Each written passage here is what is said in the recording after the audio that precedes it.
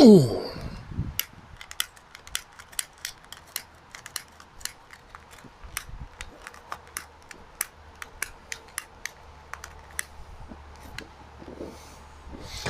of windy out here tonight. What's up, good people? Mark Holmes here, and as always, I want to say thank you all for watching, commenting, subscribing, and being part of the Joe Boo Sports Report. Without you guys, as well as you ladies, you know that this literally does not work. I hope everybody's having a great Taco Tuesday. I had my tacos. Oh my God, my tacos were so good. So, yeah, there's that. Tomorrow is Wednesday. The Dallas Cowboys will get back to work tomorrow, and they may be taking Damone Clark and putting him on the practice schedule, which means he has to be on the active roster within 3 weeks. That is major news. I am so ecstatic about that idea. I didn't think that there was going to be any chance that he was going to be playing this year, having the fused vertebrae in his back being taken care of and done. But apparently it's healed up good. And so we're here at week number 4. He'd have to be on the active roster by week 7. Wow. More than likely, if he's playing, it's going to be special teams to start out. And you know how the Cowboys ramp people up. I wouldn't expect to see him actually on the field. I mean, he can be on the active roster, but not actually have to play. But I would say that the Cowboys have actually been pretty good about not immediately taking somebody and throwing him into the wolves. Even though Michael Gallup played like 30-some snaps or so, they held him out for an extra week to make sure that he was in good shape. And quite frankly, when you think about the soft tissue injuries, the pulled hamstrings or the pulled groins and things like that, the Cowboys actually have not had too many of those. And knock on wood, hopefully they'll continue to be that way. They're actually getting about as healthy as they have been in quite a while.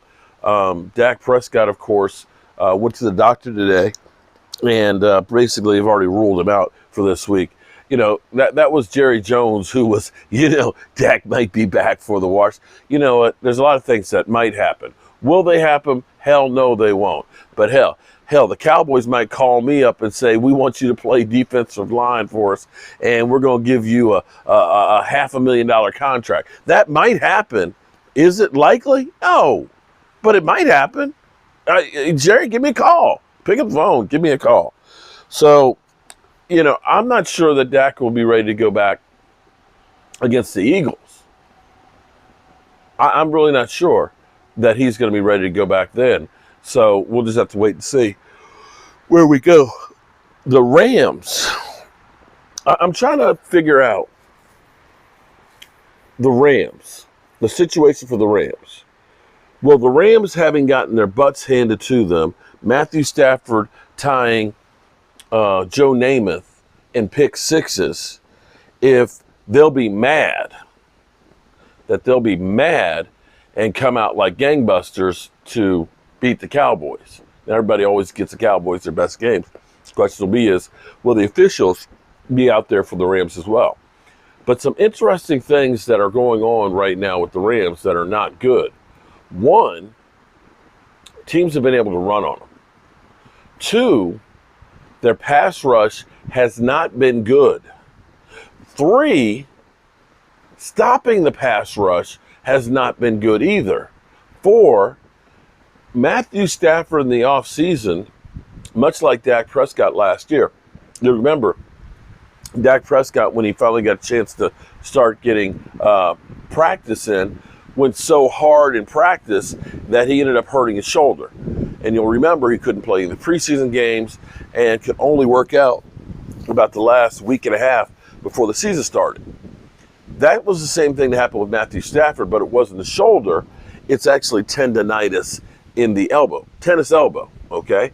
And that is like an inflammation of the joint and stuff, and that's one of those things that doesn't really go away on its own if you're still using it. In fact, my wife actually has had this pain in her elbow for some time, and it's from overuse basically overuse when we've been doing a whole bunch of painting and stuff and things. She hadn't been used to, painting the rollers and things like that. And that's where it started.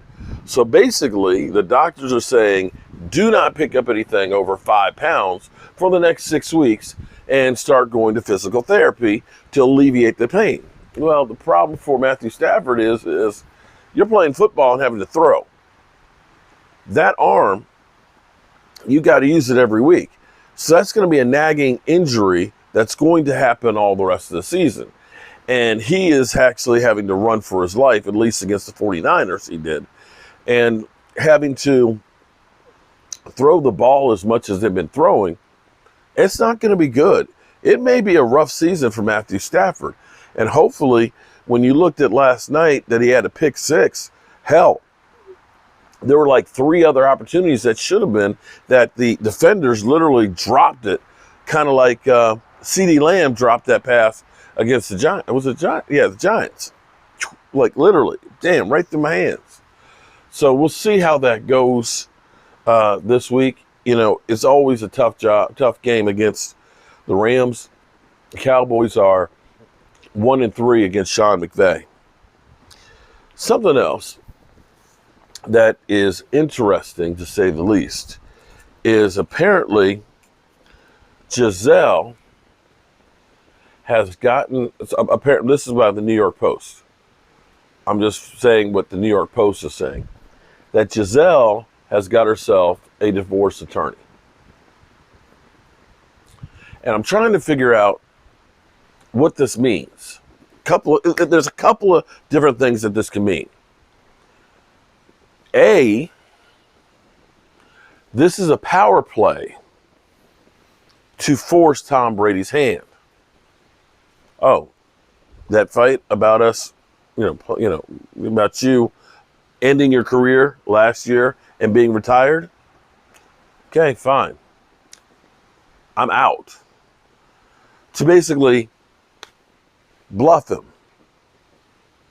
Basically kind of put him on blast to say, this is it. This is it. Now, for those out there that are worried that Giselle's going to take him to the cleaners, hate to tell you, Giselle's worth a hell of a lot more money than Tom Brady. Hell, Tom Brady might be able to sue for alimony. That's how much money Giselle's got. Not that either of them have a problem with money. They were building this mansion on the billionaire Bunker Island in Miami, which the building has stopped. That's possible that she's kind of threatening. Some of y'all you've been in relationships before where your woman has threatened to say, you know what, you keep doing it, I'm out. And you're like, no, baby. Okay, baby, I changed. I'm sorry. Don't do it, right? You know what I'm talking about. That could be the case, or it could be that she really is fed up and says, you know what, I'm out. And if that's the case, now here's my real question. What they both have said that, hey, we're going to be part of, our kid's life. I think Tom Brady has a girlfriend that he's got a child with. I know he spent some time up there in New England with her, with her and the kid and everything else. I'm not trying to be gossipy, okay? This is just what's been reported. But if Giselle divorces Tom, or they divorce each other, does that mean Tom Brady says, woohoo, I can keep playing football forever? That maybe this year isn't my last year? Huh. I don't know. I don't know. But thus far, this has been a rough season for Tom Brady. And I'm not sure that it's going to get much better, because the problem for Tampa Bay is they're the oldest team in the NFL. Remember when people were like, oh my God, why didn't we sign Julio Jones? Jerry Jones doesn't care about winning. We should have signed Julio. He still got it. And we said, Julio's done. Julio can't stay healthy. He played against us, helped him get a win, and he's been injured ever since. And that's been the case with a lot of players on Tampa Bay. When you're older, you don't recover as fast. You get injured more because you've got more miles on you. And that's one advantage that the Cowboys actually have. They've got the youth on their side. When you see guys like O.C. Ndigazua, who's literally occupying 3 guys in one play, it makes everybody else's job that much easier, guys. When you see Micah Parsons requiring triple teams, that's why D-Law is having a chance. That's why D-Law's got 3 sacks. The fact that you have Dorrance Armstrong with 3 sacks, Micah Parsons with 4 sacks, and D-Law with 3 sacks, and throw Dante Fowler in there, who should actually have 3, who's got 2. Everybody is getting some. And that's the nice thing about being young. You're stronger, you're quicker, you're faster, and you really just don't give a fuck. Excuse my language. Yeah. So I feel great about our team right now. I don't think Dak's going to be back the next 2 weeks. That's just my own personal opinion. I think it's going to take time. And understand that one thing that Jerry Jones has a tendency to do in the Cowboys, they're usually overly optimistic about injuries. I will say that Michael Gallup is one of the few. Well, no. Actually, they said Michael Gallup might be ready to start the season. He wasn't ready to start the season. Most of the doctors have probably said like November. So, it's somewhere in the middle of the two. But usually the Cowboys will give you, they're going to be back sooner than they are. And then the reality sets in. So that's where I'm saying probably another 2 more weeks before he's ready to go. But anyway, it's football. It's a long season.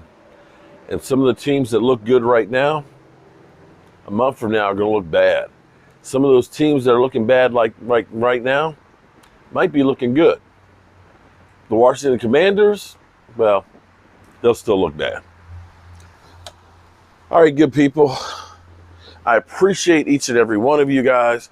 And tailgate members, actually superfan members as well. Go to the community tab if you have never registered on the Thrive site, or even if you have registered, go in and leave a message and tell me, because here's the thing, when you register on the Thrive site, you've got your real name. I may not know what your real name is. You may be Cowboys up north here, and you may be something else over there. And so I don't know when I look on YouTube what your actual name is. So send an email to the Thrive site. The link is in the community tab, and say, hey, it's Melex Jr. Boom, here's my real name, and make sure we have your address. I'm working on getting all of the Joe Bardys out to all the tailgate members that have been there for a year. And then I'm going to be doing the super fans. I'm going to be doing something special for you guys as well. All the tailgate members will be getting a shot glass because we have the new ones as well. And as a tailgate member, you get, whenever we come out with the new shot glass, you get a new one. So if you've been a tailgate member for a couple of years, this should be like the 5th different glass that you have, and so on. And the thing is some of those old ones, like the original draft ones, we don't have those anymore. So you have limited edition stuff. All right, good people. Remember, tell the people you love that you love, because you might not get the chance again. Loretta Lynn, I think my wife said, passed away tonight too. Thoughts and prayers to Loretta Lynn and her family.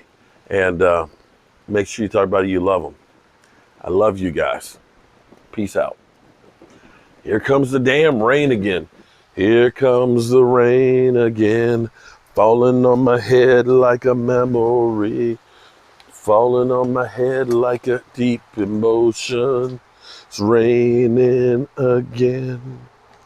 Walk with me like lovers do.